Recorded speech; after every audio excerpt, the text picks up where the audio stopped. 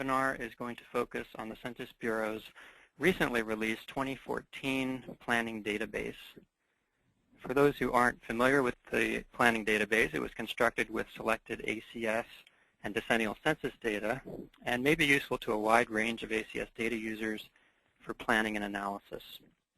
So in this webinar, we have several Census Bureau staff who are with us who are going to provide an overview of the 2014 database, describe how to access it, and discuss some of the practical applications with the data. With us today are 4 staff from the Census Bureau who have been working on this project, including Barbara O'Hare, Nancy Bates, Travis Pape, and Chandra Erdman. And with that, I'm going to turn it over to Barbara. Okay, thanks, Mark. I'll start with a brief overview of the planning database, or PDB as it gets referred to, its content and how you can access it. Then Nancy will discuss the new low response score that identifies areas with characteristics associated with low census and survey participation.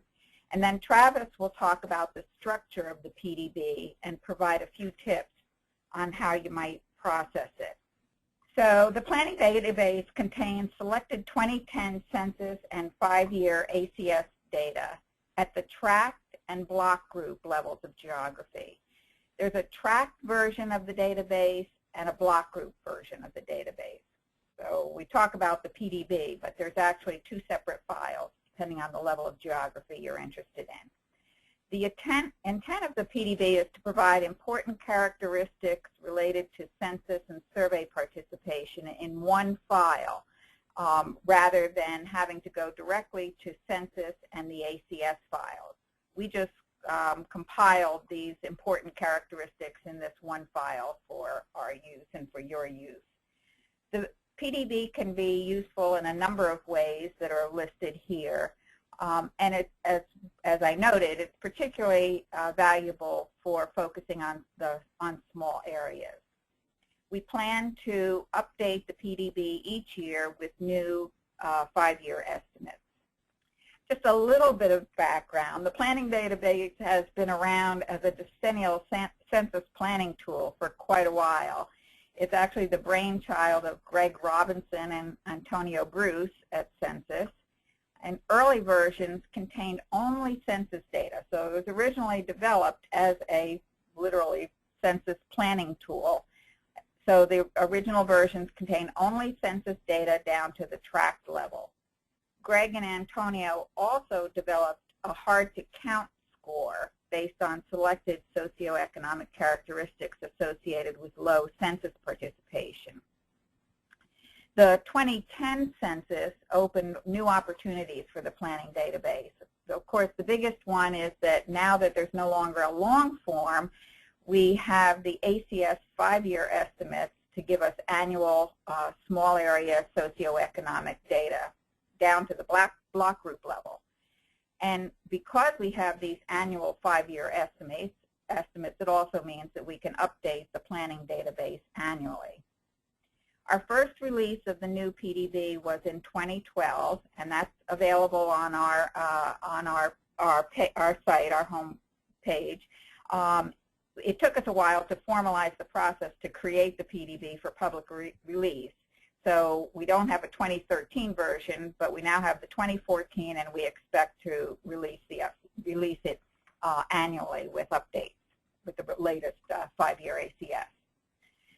So the PDB data are from the 2014 PDB. The data are from the 2008 to 2012 5-year ACS estimates and 2010 census data. And here's some examples of the types of variables. The data are organized under 4 broad categories: population data, which is obviously individuals, households, housing units, and census operational data. The file also contains both counts and percentages. So, for example, you have the count of population less than age 5, and you also have the percentage of population in the tract or block group that's less than age 5. So we've already calculated those for you. In terms of access, I have the URL is on this page. It can be actually found through the Census Bureau's research page. The data files that we provide are in zipped CSV format.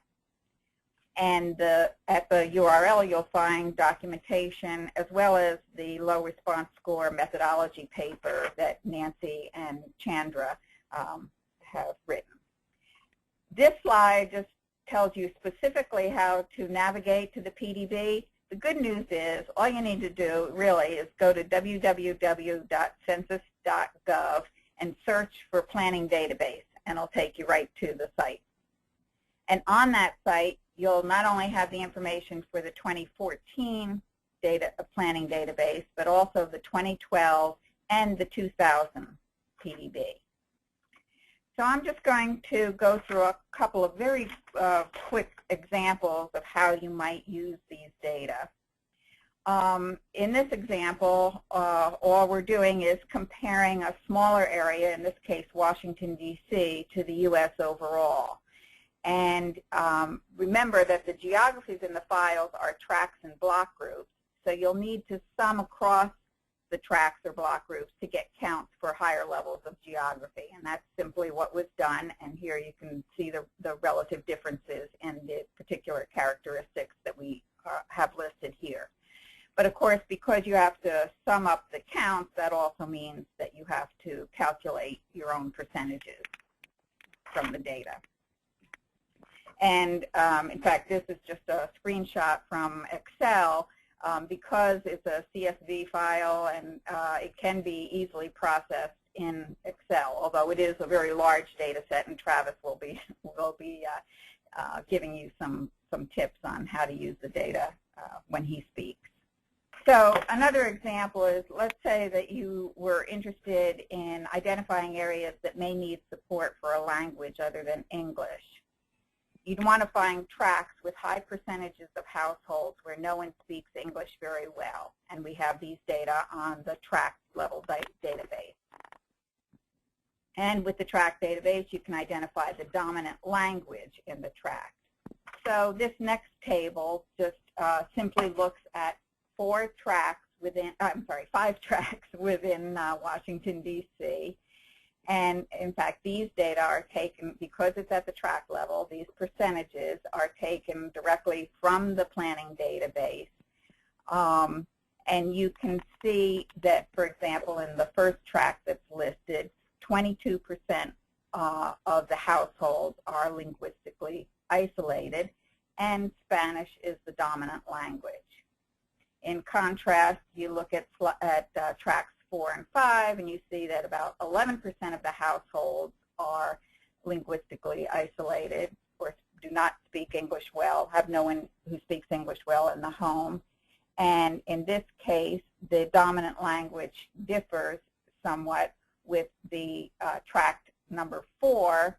It's listed, the other at 6.42 is actually at a higher rate than the Spanish at 4.74. And in fact, there are data within the planning database that allows you to look at specifically what languages, and it turns out in this case they were African languages. In contrast, in tract 5, 10% of the linguistically isolated households are Spanish speakers. So these are just, very simple examples of how to use these data. Nancy is going to spend time talking about our new low response score. So I'm going to turn it over to Nancy. Thanks very much, Barb, and thanks to Population Reference Bureau for arranging for this webinar. It's a pleasure to be a part of it. As Barb said, I'm going to just walk through a new metric that we've added on to the planning database that we think might be helpful to some folks who specifically are interested in targeting areas that may be particularly hard or easy to count, as we call them. I would like to acknowledge my co-author, Chandra Erdman, who actually did most of the heavy lifting on this. When it comes to questions, I'm going to throw them to her probably if any come up today. Okay, so as Barb mentioned, we have something that's called hard to count, or that we've used actually since about 2001, following the 2001 census. I'm going to talk a little bit about that original score, and then I'm going to talk about how we came to be with this new score, and I'm going to walk through a couple of examples of how you might want to apply and use it in your daily work. So just to touch upon the score that's been used historically, as Barb said, two demographers here at the Census Bureau, Antonio Bruce and Greg Robinson, pioneered this score back in the early 2000s. And it was based on research that had been done, ethnographic research that had been done around the decennial censuses, particularly looking at variables that correlated with barriers to being enumerated in our decennial census. And you can see the 12 variables there. Some of them are socioeconomic, some are demographic, some are housing. They're all in one way or another correlated with low self-response and harder to count areas. It's very simple. This score that we used and was put out on previous databases, planning databases. Simply what happened is you would sort each tract according to these variables, whether they were high or low in these particular characteristics in terms of the count of these variables in a particular tract. You would then assign a score of 0 to 1 based on where that tract fell according to the deciles, and then just sum across all 12 of those variables, so that this original hard-to-count score, very simple, and it had a score either from 0 all the way up to 122, with higher scores reflecting areas that were harder to count. And we used this quite successfully in our census planning to find areas that were hard to count, and then to go in accordingly to try and come up with partnership messaging and strategies to enumerate them. So if you fast forward to 2012, then Director Bob Gross had the Census Bureau sponsor a crowdsourcing exercise where we used a platform called Kaggle.com, which is a internet site that basically hosts these competitions internationally. They typically always use model-based solutions, and basically the sponsor just kind of throws out a statistical question that can be answered by a statistical model. The sponsor provides a database, and then teams sign up to try and come up with the best statistical model. So that's exactly what we did. In this case, the database that was provided for the competitors was the 2012 block group level planning database. And the question we were trying to answer through these models was, what is the best statistical model that can come closest to predicting the 2010 census mail return rates? So we were asking people to try and figure out what are the inputs to try and predict as close as they could these 2010 census mail return rates down to the block group level. And the idea was we would take the results from the winner and try and then calculate an updated hard-to-count score that was more model-based. So this was proved to be quite a successful competition. There was over 200 teams participated, and the winner was actually a person, local software developer from Maryland, and his winning model with the lowest mean square error had over 300 variables in it. He used both variables from the planning database as well as some auxiliary data. So it was then our task to try and take the results from this winning model and sort of turn them into a new and updated hard-to-count score. So the first thing we did was to sort of look at all these 300 variables and look at them in terms of their relative influence, in terms of their being highly predictive of the mail return rates. We ended up taking about the top 25 predictors because, as you can see, as you move out from the relative rank influence falls off very quickly, right? So 25 was pretty much an optimum number we thought to choose and try to keep it simple. And you can see there that the number one influencer right there is the percent of rental households in a block group, which kind of makes sense. So that was the number one predictor of a mail return rate, followed by age, followed by some other variables. So we took those 25 variables, and in fact, the top 26 of the relative influence variables, the top 25 of the 26 did come from the planning database. So we ended up only using variables that came from the planning database in constructing our score. Now, one thing we did was, in terms of our dependent variable, we were actually predicting the non-return rate, because again, this is a hard-to-count score. So we took 100 minus the mail return rate as our dependent variable, because we're actually predicting non-response rate at the block group level. And basically, our simple new metric, our low response score, is simply the fitted value from those ordinary least squares regression that put in those top 25 variables out of the winning model. So you can see that here are the input variables, and these are all on the planning database at the block group and tract level. And just in terms of interpreting how they work, for example, we can see that the renter coefficient is positive. So what this means is that the higher the number of renters in a block group, the higher the low response score. Conversely, areas that have a high population, an older population of 65 and older, here we see a negative coefficient. So here we see that the higher percentage of older population in a block group, the lower the low response score. So basically, the takeaway here is that you can kind of see the inputs that go into how we're delineating these low response areas. And again, the higher the score, the harder to count. And this is just a distribution overall nationally of the low response score. Now, theoretically, this score could run from 0 to 100, but in fact, the highest value that we see nationally is 45, and the mode is around 16. There's no really hard and fast rule on what score would constitute a, quote, hard-to-count area, but a rule of thumb might be somewhere around the score of 27 or higher might start to indicate areas that are harder to count. Again, what we would suggest you do is you're probably, unless you're dealing with the entire United States, you would probably want to subset this down to the geography you're interested in, calculate your low response scores for that particular area, and sort of look at the lower and upper bounds, because obviously they're going to vary by geography. This is simply just an illustration of both the low response score in terms of, again, the fitted value, which is the low response score in our model, versus the actual non-return rates. There's kind of a couple of things this illustrates. This is for the District of Columbia, and we've got this chopped up into deciles. And obviously you can see there's quite a bit of variation across the district, as you might imagine, with the harder to count areas sort of down in the southeast part of D.C. And the easier to count areas more in the northwest quadrants, which is probably as expected.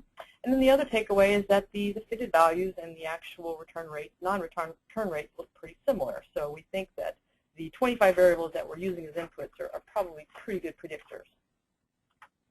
So I just want to end with a couple of examples. Obviously, there's many different ways you can sort of use this metric, but I'll just walk through two of them.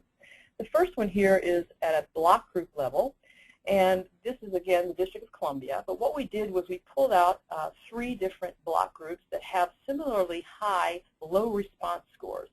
So, for example, the Trinidad neighborhood is the one sort of in the middle. That's sort of the triangular-looking block group there in the middle. And that had a low response score of 37 versus the little tiny one, Columbia Heights, which is sort of in the middle, had a low response score of 32 versus the Anacostia block group, which had a low response score of 38. So all 3 of these block groups would constitute probably what we would consider to be hard-to-count areas. They have a high low response score. But if you then dig into some of the variables, the many variables that are on the planning database that Barb was sort of walking through, you'll see just how different these 3 block groups look, even though they're similarly hard to count. So just for example, the Trinidad area has a pretty substantial population of younger folks, 18 to 24, millennials. We've got folks that have moved in within the last 5 years. So we've kind of got an area of transition with millennials and gentrification. But you've also got a substantial population that's below poverty. You've got a lot of vacant housing. So this is an area that you might want to use all kinds of different outreach strategies because you've really got a mix of folks living in that particular block group. This is different from Columbia Heights, where, again, things that kind of come to the surface there are, again, a high Hispanic population, pretty big population that doesn't speak or speaks a language other than English. So, again, we might look at things like targeted Spanish forms we might use. We might look at language assistance centers. And again, finally, this is really still different from the other block group down in Southeast, which is almost exclusively African-American population, folks living in single-unit homes who really haven't moved around a lot. So here we might use strategies such as partnerships that really stress community and families and the benefits of the census in that aspect. So again, just one sort of application there. The last application is something we're actually doing in the 2015 census test coming up, where we're going to try and do some experimentation with targeted digital advertising. This is sort of a new media strategy for us, so we want to do some different things in terms of level of digital advertising and also targeted versus non-targeted. So we thought, well, let's try and use the planning database and the low response score to be really efficient about that. What we've illustrated here is a designated market area in Savannah, which covers both Georgia and a little bit of South Carolina, and that's going to be our test area. And if you zoom in then, this is basically the colored areas are tracts. But what we did is we looked at the low response score to try and find areas that are probably harder to count. But again, their population is different so that we can efficiently select what kind of targeted digital advertising we might do. So for example, the little purple tract kind of in the middle has a high low response score of about 26. But this contains a tract of mostly young single mobile population. So here we might try to do digital ads that are really leveraging Facebook and mobile apps, which is really different from the other little tract right next to it, which also has a very high low response score of 28, but looks really different with a much higher African American population. There's a lot more children in this tract. So here we might try to use a little bit less of the digital targeted media and might try to go to a more traditional cable TV and maybe buy some ads in terms of black media programming. And then this finally is very different from a tract we've located up there kind of to the north and east, which has a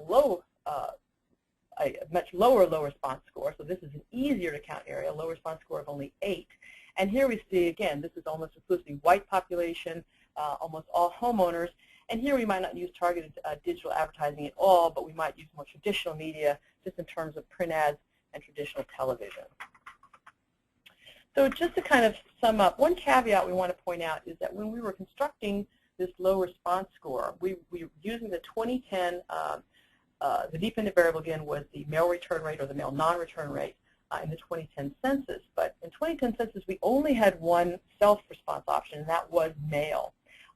You're probably all pretty savvy ACS users, and you know that recently, a couple of years ago, we've added the internet as another self-response mode. This has been very successful, and we're obviously looking to leverage the internet much more in the 2020 census. So in essence, we've actually moved from not just one mode of self-response, but two. Again, our low response score is only modeled using the mail, and going forward, we probably need to use both of those as we get more data. Because, for example, we know that in the American Community Survey, when we did start offering the internet as a self-response option, we saw that almost 65% of what we call these single unattached mobiles, again, millennials if you will, are in fact using the self-response internet option. So again, one of the caveats might be that the current score may make some of our areas look a little worse than they are because again, they're not taking into respect that we've got the internet now as another option. And going forward, we will try and recalibrate that and use both of those as our dependent variable. So just to sum up, we think this is a new metric. Again, it's on both of the tract level and the block group level data sets that Barb described. We would encourage you, if you have a need, to try and find areas that are easier, harder to count. This is probably a good first cut, if you will, to sort of find those areas. But then we think it's very important to go ahead and use the expansive set of variables that Barb sort of touched upon that are available in the planning database, and then flesh out and define what are the defining characteristics of these areas so that you can really target and tailor your approaches to more successfully either sample them or get them to participate. And with that, I think I'll turn it over now to Travis. He'll bring us home.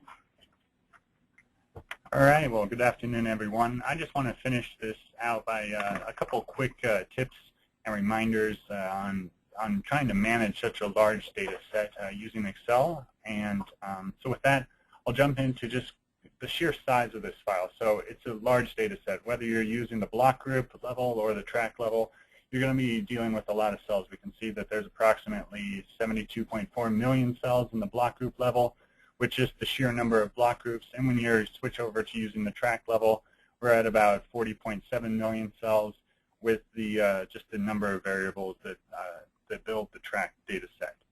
So understanding the structure of this data set is important so you can really identify where to be looking in the data set to find the variable of interest. So we start things off with our columns. The first couple columns are going to be your geo-identifiers. So depending on if you're looking at the block group or the tract, you can use these identifiers to really identify the state, the county, the tract, and then all the way down to the block group, which is that last character on that identifier. And then there's one of these identifiers also for the tract, just omitting that block group, that last character. The next set of variables that you'll see are the demographic, socioeconomic, and housing data. So the order of these variables is consistent throughout this section. That is, the census data is always first, and then followed by the ACS estimate, and then the ACS estimate margin of error. So for example, we'll see the total number of males, and then the total number of males ACS based off their estimate, and then the ACS MOE. The next small couple variables here that's kind of smashed in the middle in this data set are the census operational data, including the male return rate, and also the low response score with which Nancy just spoke of.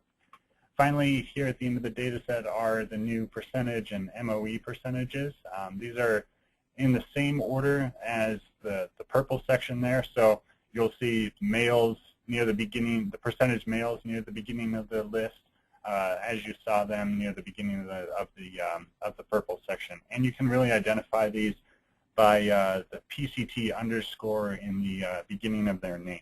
So that gives you a general sense of the structure of how these data sets are put together.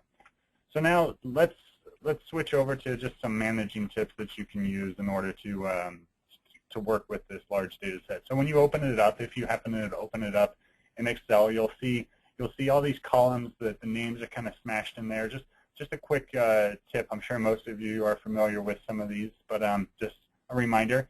You can always highlight all the cells by clicking that top left button. This will highlight all the cells, and then with that selected, you can move your mouse in between the columns. You'll see the cursor change, and you can double click, and this will auto expand all the column, the names to be at the appropriate size based off their links. So that'll help you really identifying the particular column you're looking for, being that now you'll be able to see the whole name of that column. So now switching over, let's say that you've opened up all the columns, you're really wanting to look through the data.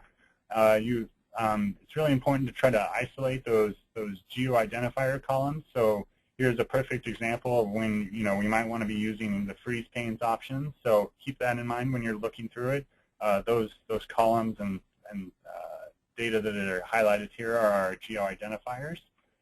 Don't want to forget about filters. So here we've auto-expanded, we've kept our freeze panes, and now we want to apply filters to really isolate the particular part of the country that you're really wanting to examine.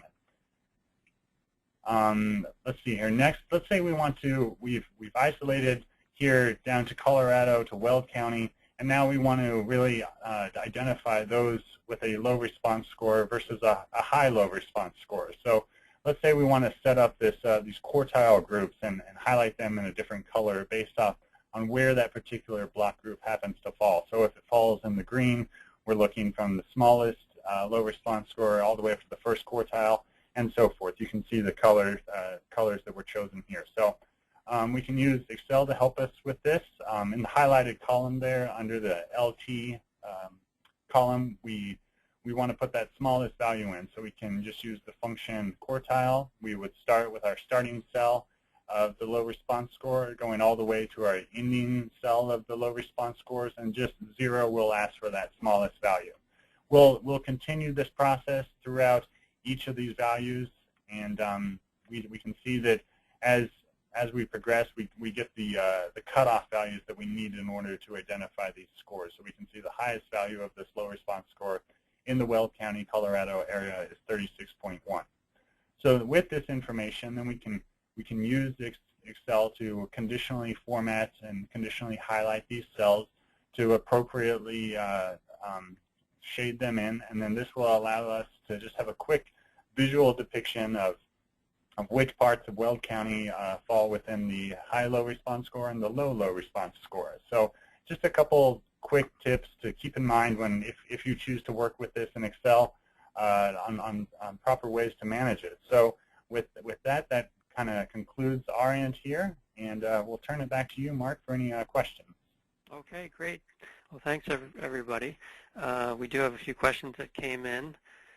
The first one is, how does this differ, or what are the advantages of using this database as opposed to pulling these variables from American Fact Finder?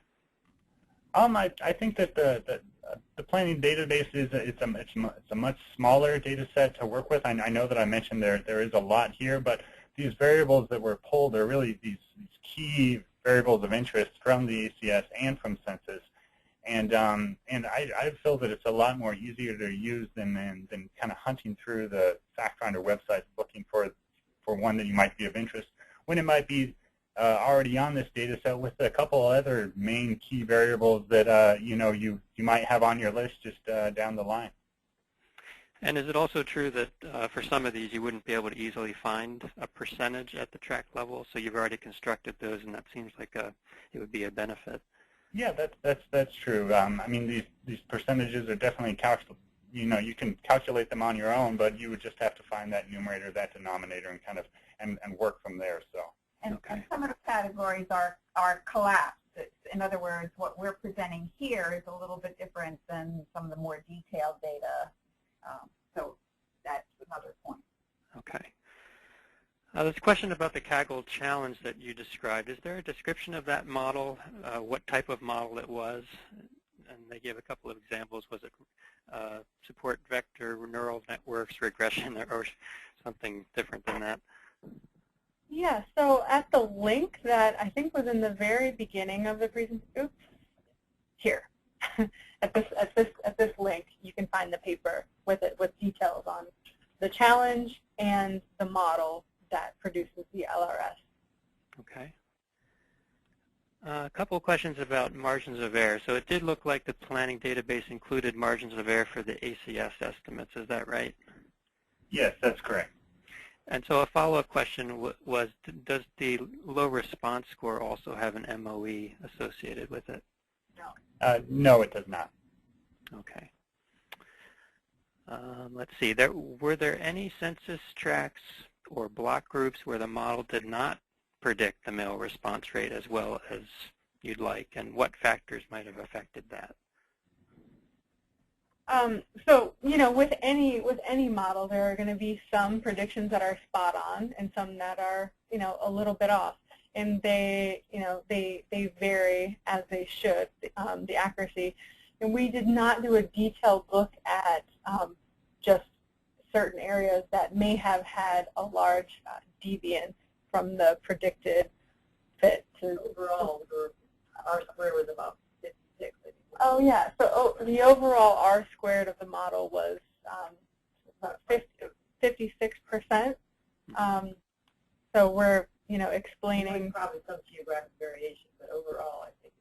I don't know if you can hear Nancy. But. Well, I'm just saying we didn't go in and look like at certain geographies to see if it was better or worse fit in some areas. But overall, again, I think with 25 input variables, we had an R square of about 5.56, so about 50. Over half of the variance is being explained. Okay. Here's two questions. I think I can combine them into one. What is the approximate file size in megabytes for that block group planning database file? And then someone else asked, is it possible to download data just for one state? It's not possible to just do one state. Right now they're available at a national level. I believe that the block group file size is about 750 megabytes, and as far I mean, on a high-speed internet connection, your download speed shouldn't take you more than maybe 10 minutes for a total download. Okay. Someone asked, what about those margins of errors for the census tracts and block groups? Did you take those into account when you constructed the low response scores in any way? No. No, they were not. Okay. And here's just a comment someone made that they thought that we're talking mainly about planning for the decennial, but someone mentioned they thought the low response score could be very useful in planning other national or regional or state surveys. Have you seen any other examples of how it's been used in that way? So this is Nancy. I mean, personally, I haven't, but I could certainly, envision some. For example, if not just the low response score, but obviously there are certain variables you could use if you needed to oversample, for example, areas where a certain language was spoken that might help you, or if you're looking for a certain ethnic racial minority, you could go in and use that to oversample certain areas. And then within those areas, you could then use the LRS to say, okay, perhaps in this county we really need to put more effort because, again, the low response score is higher than it's in another area. That might be an example. Do you know of an example? So, it's recently been put out there. So it hasn't been used for any survey or census planning yet. But, I mean, the 25 variables that went into the model have been shown over and over and over again to be related to survey response rates. So even though we haven't done it yet, I'm certain that this score will be related to survey response, sample survey response rates, as well as census response rates. Mm-hmm.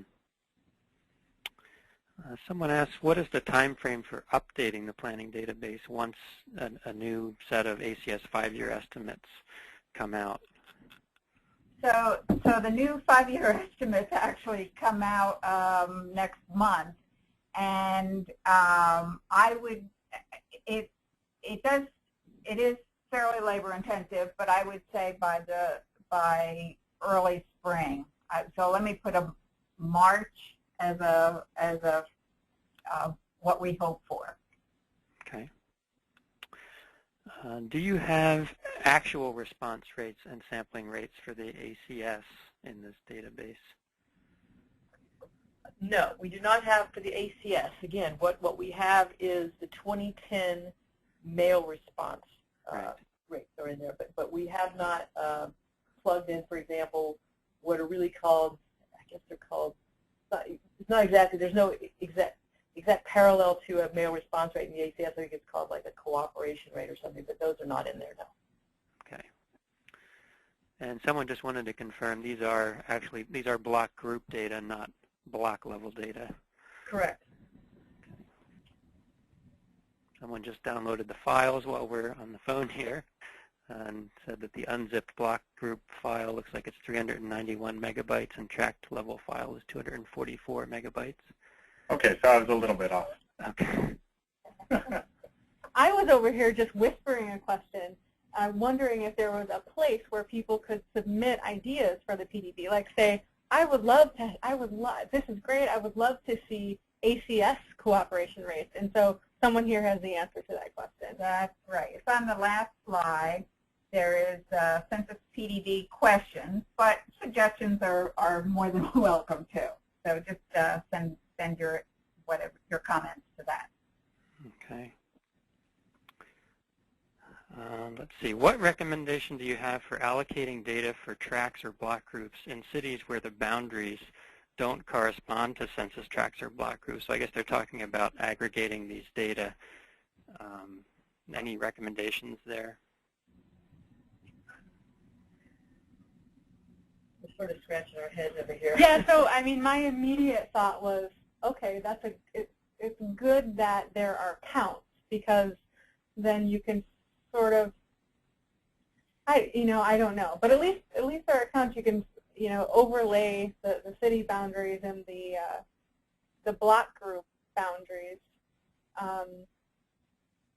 to figure out maybe what numbers you should add up to get as close to the city estimates as possible. Okay. Do you know of any elegant ways to combine tracts at the CDP level? Census-defined places. Census-designated places, I guess. How are CDPs defined? So you would want to identify what tracts are within a CDP, and I don't have the answer off the top of my head. That's something that we can get back to you on, whether there's a publicly available file where you can identify those tracts. Am I understanding the question correctly? I think so. I mean, I personally have used a geographic correspondence file at the University of Missouri sometimes to do that type of correspondence. So I'm not sure exactly what geographies are available there, but it seems like something that would be possible to do. Yeah, if there is such a file, it would be a very straightforward computation to match it up.